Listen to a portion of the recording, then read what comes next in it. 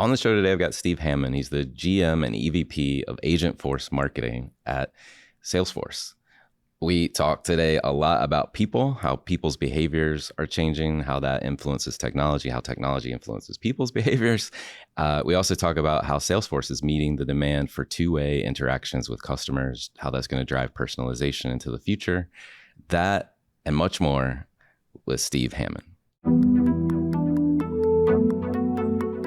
Are you ready to go beyond the basics of marketing? I'm Alan Hart, and this is Marketing Beyond, where I chat with the world's leading chief marketing officers and business innovators to share ideas that spark change and inspire you to challenge the status quo. Join us as we explore the future of marketing and its endless potential. Well, Steve, welcome to the show. Thank you, Alan. Appreciate it. Yeah, I'm excited for this. I mean, one, we're at Dreamforce. This is your turf, and I'm a visitor.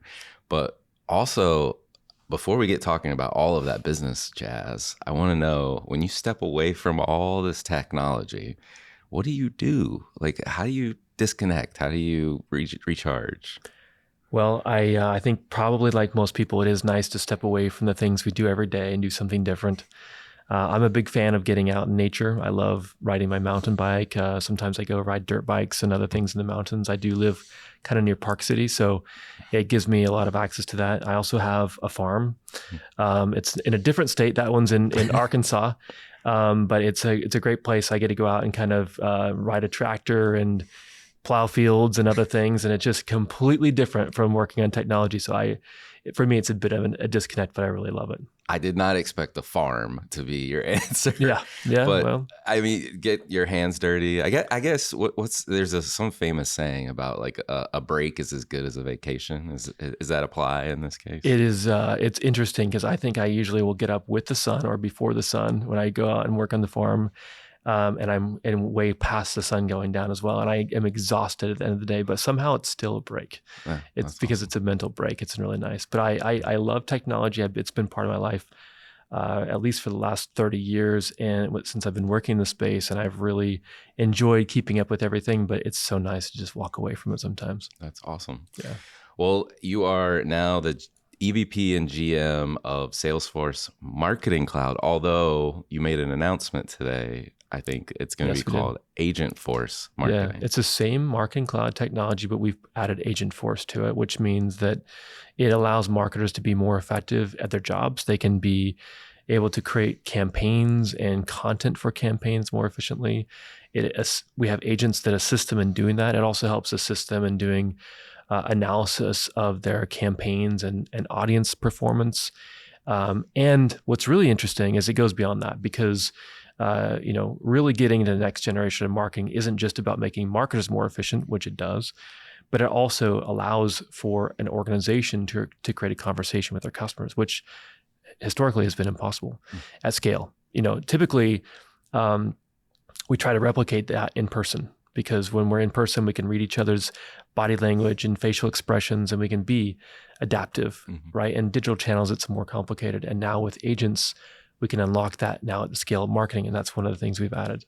I love it. Well, how did you get started? Like, where did you start your career? How did you end up at Salesforce? How far back do you want to go? Go as far back as you want. It's funny. I thought I was going to be a dentist for quite a while. Wow, My dad was a dentist, and I worked with him in a dental office for 4 years. But then he had invented this tool for boating. And we didn't live anywhere near an ocean, and it was just his hobby. And so he said, "Hey, would you go and figure out how to take this thing to market?" And this was in 1997.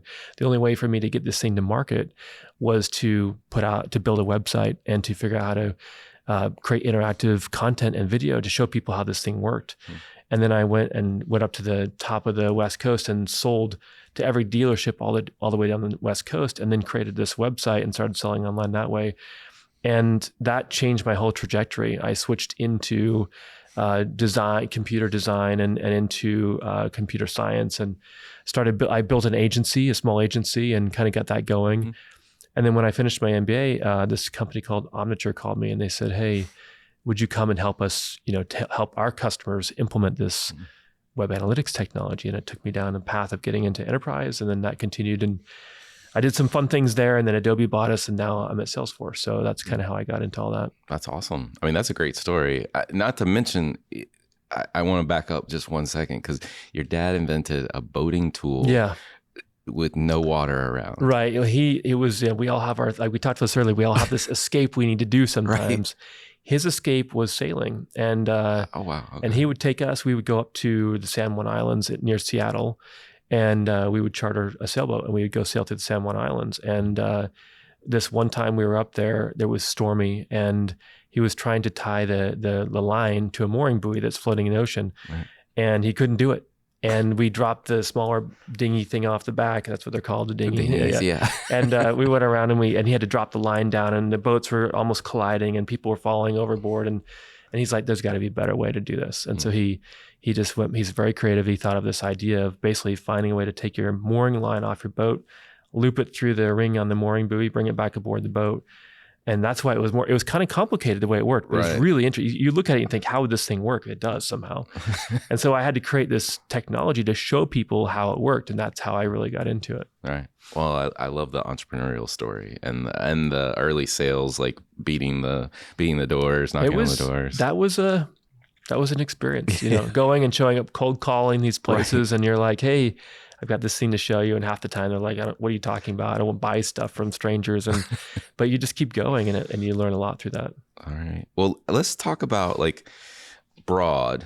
A lot is changing in the world and impacting organizations in various ways. Like, how do you think about just all the change that's going on right now?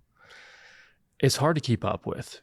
I think there's just change happening everywhere. And I think if you go back to kind of the basis of that change, it really, I think, almost all change stems from how some new technology kind of creates an opportunity for people to re-engage in a different way. And we're obviously seeing that right now with agents. And I mean, I'm talking generally agents here. We're talking about Gemini, or if it's Anthropic or Meta, or you name it. Basically, at some point, people are saying, hey, look, why do I need to go out and go to a website anymore? Because I have this thing that does the research for me and gives me these interesting outcomes. And I think what's happening, I don't think we're going to see a landslide shift over to pure agents. People still need to have that brand experience. It still needs to be a connection between what I'm looking for and the brand, or this kind of immersive experience. And that, I don't think that's going to go away.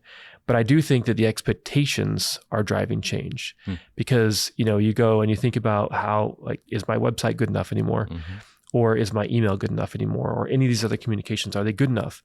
And I think, no, they're not. The things that we've had, they don't meet the expectations anymore, because they are, for the most part, a one-way broadcast of an experience with a call to action, where you're saying, hey, here's this thing. Hey, is it interesting? Do you want to go ahead and click on this thing?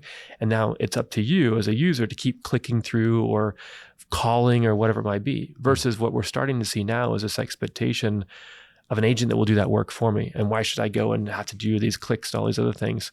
I think ultimately what that means is that the interface changes. A brand can and should have its own interface that is more agentic. And I think it's really important as well. It shouldn't be a boring text-based agent either. It needs to be beautiful and immersive. What do you think are the key elements that brands or companies have to try to get right as they adapt to these new expectations? Well, I think some of it's organizational, and it's a mindset is one of the most important things. Is you've got oftentimes a champion in a business that wants to do some of this new stuff. Right. And then you have other people that are kind of like, well, that's too scary, or I don't like change, or I would rather do it a different way. And you end up kind of sometimes having some turmoil where people don't know how to apply the change in a business. And so organizationally, what I would say, one of the first things you need the leadership in the business. The top level leadership needs to believe in it.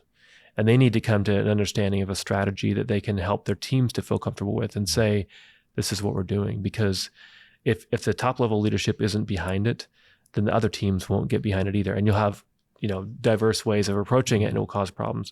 I think the second thing that's really important beyond kind of getting alignment in the business around a strategy is having a really deep understanding of the customer and the data that you want to include in these agentic experiences, because AI is only really as good as its source of information.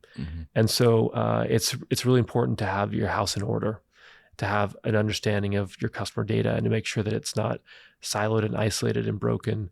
And then I think beyond that, it's finding ways to connect those two things. It's saying, okay, we have our data, we're going to use that data to make better decisions. And then I need to have the right kind of content to go with that as well.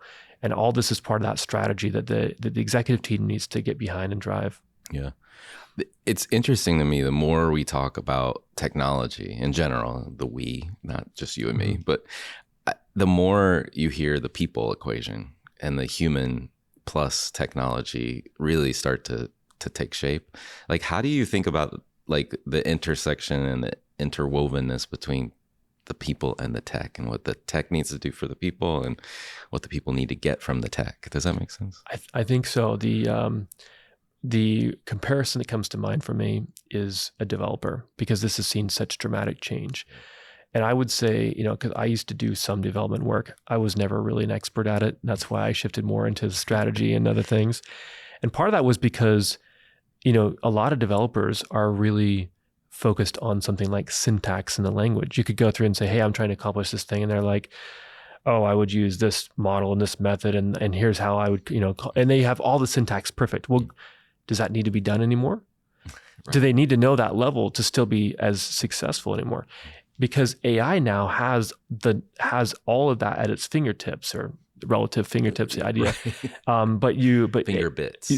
There you go. Where the AI knows all that syntax, and it can help you write those functions and methods and everything else that you might need for that. And so now I think what's happened in the space of developers world is that a developer needs to be more strategic. They need to have a better understanding of what are they trying to accomplish and why are they doing that. And so I think in the world of marketing, it's very similar. When you look at marketing technology, a lot of marketing teams had to really be, they had to spend a lot of time really understanding where's the data, how is the data set up, what's the data schema look like, what does this integration look like, why is it set up that way? And you had to know all these deep kind of behind the scenes elements around how your data was going to work in order to understand your customers and segmentation and all these other things.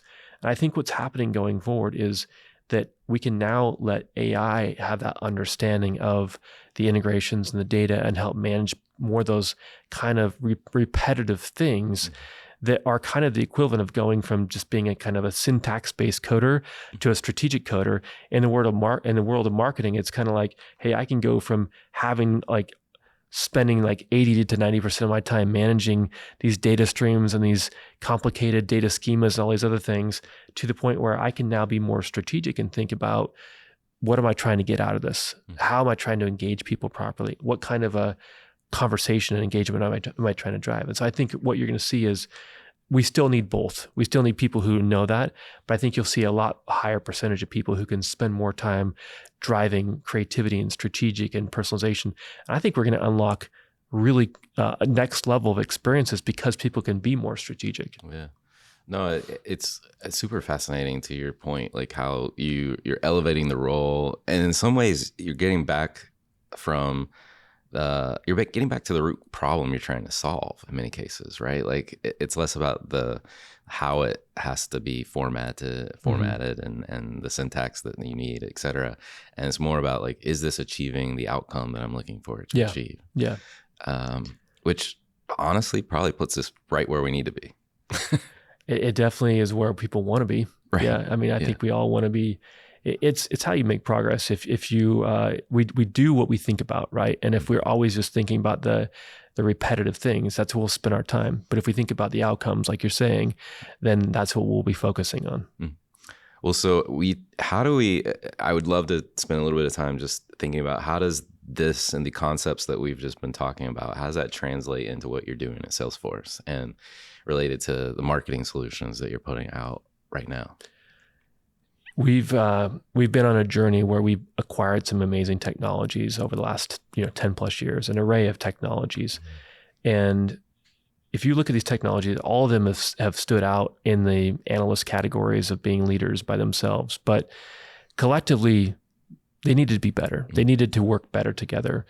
and they, I think we're really at a really important impasse where having them work together is essential for making sure that you can have that common view of the customer and have a single decisioning engine and an ability to be able to have common channels across departments and teams going, making sure that your marketing team isn't disconnected from your service team or your sales team or your commerce team, that they all have that interconnected linkage.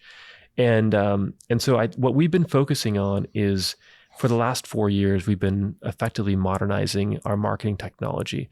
We've been taking these kind of independent, siloed applications and creating common ground across them. And it's not just been point-to-point integrations. It's been fundamental data sets that are now the same across all these systems. That's a giant unlock and a big, big effort and a big outcome as well. Yeah.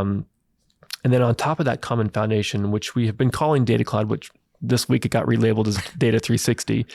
That common foundation, it gives you the ability to have data from many different sources that describe your customer and the interaction with your customer, and to operate at real-time speeds, which you can use for decisioning and personalization. That's critical in order for the AI to get access to and use that. Mm-hmm.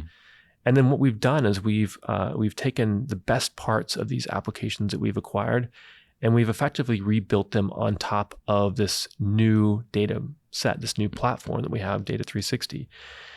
And that has allowed us to be able to take what were these kind of isolated data sets and operating systems for marketing, and now make them interconnected between marketing, service, sales, and commerce.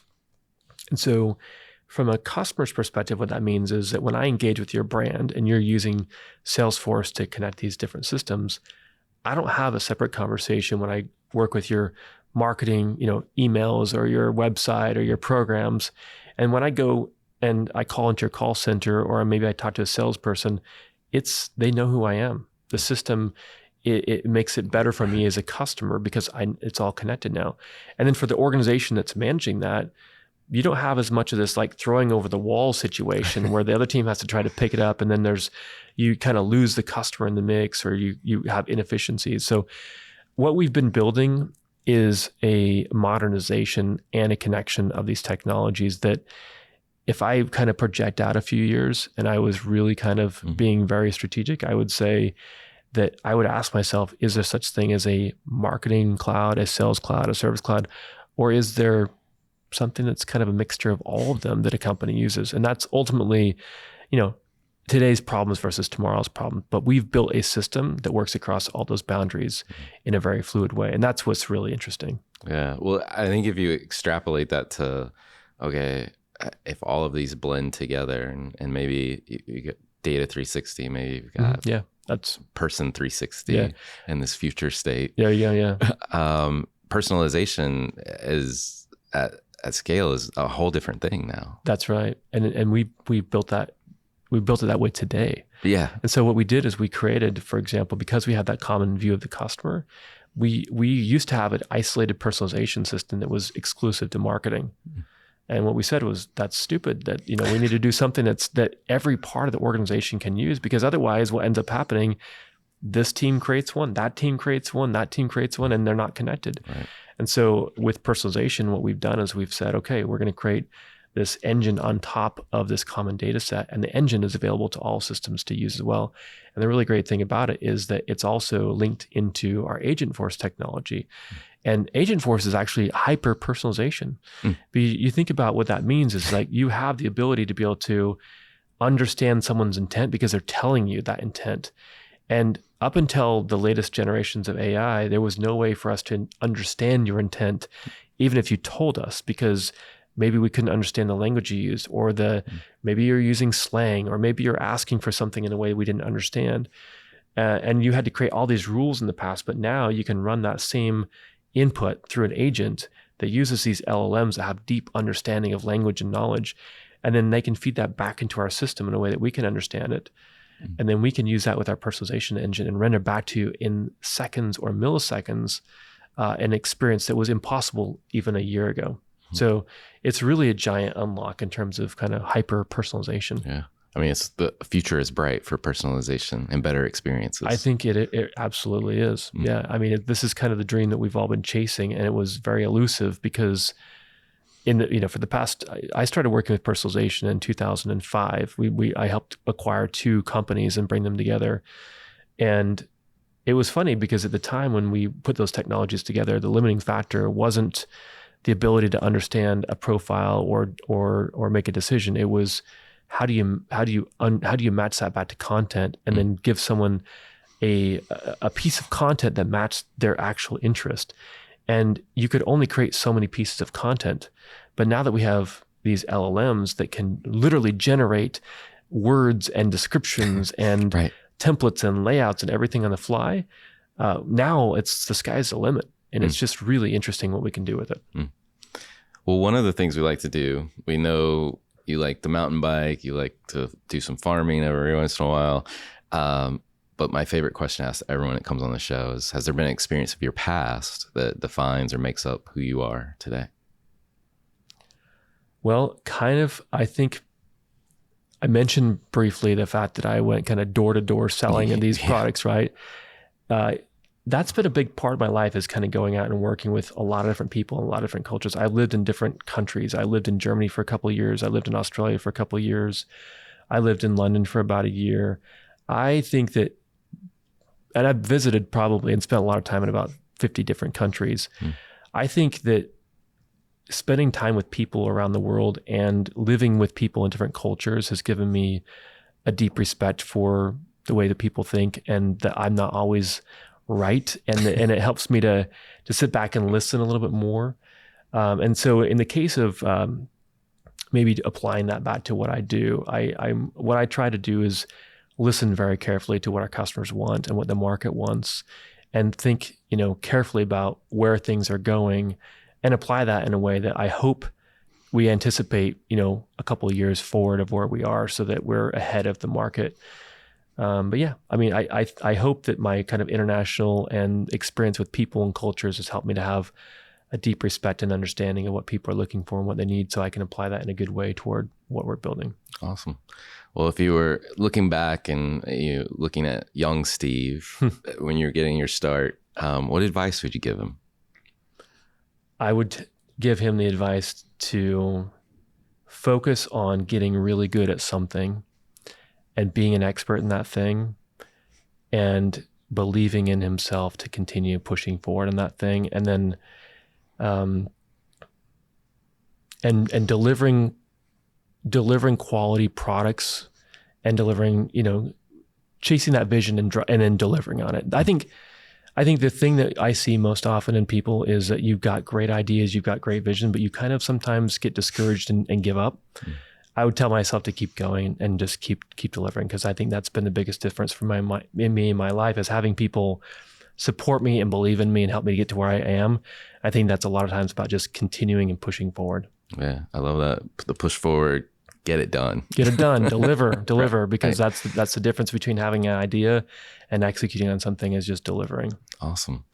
Well, is there a topic either you're trying to learn more about now, or you think other people need to be learning more about in general? I mean, the AI is just changing so fast. I think for me, what's top of mind for me in AI is I want to try to figure out, we talked earlier about all these changes that are happening in customer expectations. I saw the emergence of the browsers in the late 90s, and then everything that happened around that, and then the bust of the .com bubble, right? And then we've seen a few other kind of emergence of technologies, and then bursts of bubbles, and then new technologies. And these are kind of patterns. And I think that the topic I'm probably most interested in right now is kind of trying to figure out, like, how is this AI going to really play out? Because there are some amazing things happening with it. There are also a lot of like ridiculous hype situations that people are looking at too. Yeah. And I think I really want to try to spend a lot more time with people who are in position to know and who are influencing, and try to get a deep understanding, so that I can try to be ahead of where things are going to go as well. Right. That's my interest. Again, we're back to that, like, what are people going to do with this stuff, right? That's it. Yeah. And that's the thing, is like, it's a kind of an interesting evolution, because technology companies and technologists are going to create things, but it's how people apply that and what people do with it that really shapes where it will go. And that's a moving target. Well, what else are you curious about in the world that's going on right now? Anything you're following, taking notice Yeah, of? I've got kids who are in college right now. Mm. I've got two kids who are in university programs. One's a computer science major who's just about ready to graduate. I have a daughter who's doing dietetics, and I have another son who's getting into his programs as well. And we hear all the time what's going to happen with AI and jobs and everything else. So that's what's on my mind a little bit. Like, how do I make sure that I can create technologies and futures for people that there are opportunities that we can evolve with the AI in a really productive way. Mm. And I want to do it for my kids. I want to do it for the people around me. And I do a lot of mentoring as well. I help mentor about 150 college age students on careers and kind of where things are going and life as well. And I just see that there's a whole generation of people out there that are asking these questions. What is AI going to do to my job? What is it going to do to my future? And I want to be part of helping shape that in a really nice way. Oh, that's awesome. I'm glad there are people like you trying to figure this out. My daughter is 18, so we've got one more year before she goes to college, but I'm already thinking like you are, she's going to get a job, right? Right. Yeah. My kids are asking themselves that question all the time. Right. Every one of these students that I'm mentoring is asking that question. How's it going to shape my future? Right. Right. Well, last question for you. What do you feel like is either the biggest opportunity or largest threat facing marketers today? Apathy. I think apathy works on both sides, but I think the biggest threat is not doing something right now because the world's changing around us. And I've talked to dozens of companies this week in detail about how their marketing is changing. And the stat that caught my attention just in a few conversations where they brought it up was that when they're looking at their web traffic, they're already seeing a high percentage of their web traffic coming from agents. We're talking 40% in some cases. Wow. 40%, that's high. Yeah. That's saying these used to be people coming and clicking through, and now these are agents doing that. So what that's telling us is that we're seeing a higher percentage of people using agents to do the research for them. And then the agents are going out and pinging the websites and trying to gather information and pull that back. Now, it's not going to be the case everywhere, but it's going to be some percentage. It might be more like in single digits or teens and many other companies. But I think it would be a mistake for any company right now to say, I'm just going to wait and see what happens with this stuff. Right. Because it's not going to stop. No. It's going to continue, and it's going to happen faster and faster. We're going to see more and more of these agents performing actions on behalf of individuals. And what that requires is for a brand to think about how can they create a beautiful experience that is in harmony with these agents. Because that's what people are looking for. They want, why do we use the agents anyways, right? They do a lot of the work for us. Right? They can go out and research a product. They can find the best, match for us based on the criteria that we give it. They do a lot of that work for us. And so if I go to a company's website, or if I'm, sending out an email on behalf of my company to somebody, I need to make sure that information I'm sharing is tied to an agent. And that's one of the things we've delivered. It's really cool. I can now send out an email. That email isn't a dead end, do not reply. Someone can now respond to that email. I have an agent sitting on the back end of that email that can basically be educated around the product or the offering I've sent out the email about. And someone can ask questions and I can inform them at the speed and scale of that email. I can do that for the website. I can do that for an SMS message. I can do it for a mobile application. This is possible today. I can do it. And if I'm a brand and I'm out there waiting to see how this is going to play out, it's going to be too late. I need to be doing it right now. Right. No, that's great advice. And that I have this fear right now that I need to end this interview and go figure out how to market to agents. It's all linked together. I think the biggest thing here is first of all, I mentioned this earlier, it's kind of like getting your data in order, getting a deep understanding of your customer and having a place where you can have a deep understanding of your products and your offerings and anything that you're trying to connect, and then make sure that is linkable and accessible to these agents. And then finding ways to deploy an agent effectively within your information you're sharing with your customer base. That's awesome. Well, Steve, thank you for coming on the show. It's been my pleasure. Thank you so much, Alan. Appreciate it.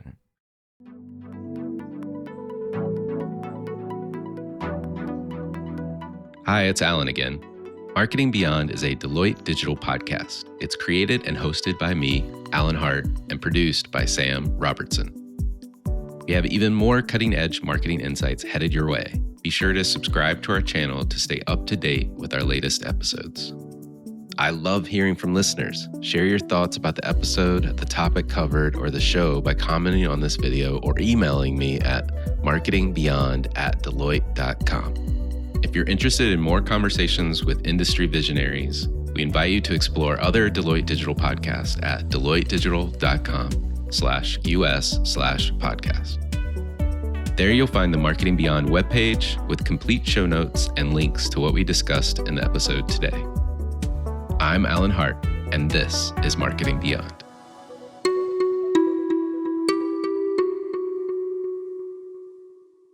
The views, thoughts, and opinions expressed are the speaker's own and do not represent the views, thoughts, and opinions of Deloitte. The material and information presented here is for general information purposes only and does not imply endorsement or opposition to any specific company, product, or service.